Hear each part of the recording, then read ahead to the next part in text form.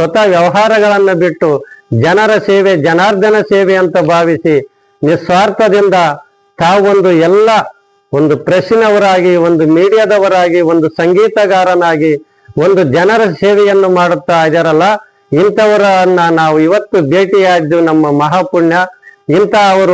ಇಂಥ ನಿಸ್ವಾರ್ಥ ಸೇವೆ ಮಾಡುವವರು ಈ ಸಮಾಜದಲ್ಲಿ ಆಗಲಿ, ಎಲ್ಲಾ ಕಲಾವಿದರು ಇಂಥವರಿಂದ ಬೆಳಕಿಗೆ ಬರಲಂತ ನಾವು ಕೇಳಿಕೊಳ್ತೇವೆ.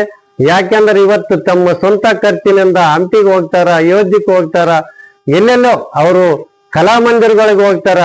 ಅವರು ಸ್ವಂತ ಯಾರು ಪರಿಚಯ ಇಲ್ಲದ್ರು ಕೂಡ ತಾವೇ ಅವ್ರ ಫೋನ್ ನಂಬರ್ ತಗೊಂಡು ಅವ್ರನ್ನ ಕರೆಸಿಕೊಂಡು ಅವರ ಸಾಹಿತ್ಯವನ್ನು, ಅವರ ಸಾಧನವನ್ನು ತಿಳ್ಕೊಂಡು ಎಲ್ಲರಿಗೆ ಅವರನ್ನ ಒಂದು ಮುಖಪಟವಾಗಿ, ಒಂದು ಕನ್ನಡಿಯಾಗಿ ಬೆಳಕಿಗೆ ತರುವಂತ ಈ ಕಾಲದಲ್ಲಿ ಯಾರಾದರೂ ಇದ್ದಾರಂದ್ರೆ ಅವರು ನಮ್ಮ ನಿಸ್ವಾರ್ಥ ಸಾಹುಕಾರರು.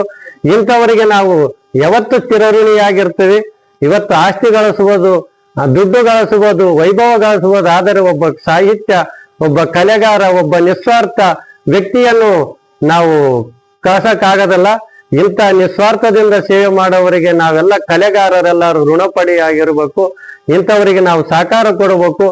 ಇವತ್ತಿನ ಪ್ರಭುತ್ವ ಆಗಲಿ, ಇವತ್ತು ರಾಜಕಾರಣಿಗಾಗಲಿ ಇಂಥ ಮಹಾನ್ ವ್ಯಕ್ತಿಗಳನ್ನ ನೀವು ಆಧರಿಸಿ ಗೌರವಿಸಬೇಕಂತ ಕೇಳುತ್ತಾ ಈ ಅವಕಾಶ ಕೊಟ್ಟಂತ ವಿಶ್ವನಾಥ ಸಾಹುಕಾರನವರಿಗೆ ನನ್ನ ನಮಸ್ಕಾರಗಳನ್ನು ಹೇಳುತ್ತಾ ನನ್ನೆರಡು ಮಾತನ್ನು ಮುಗಿಸ್ತಾ ಇದ್ದೀನಿ.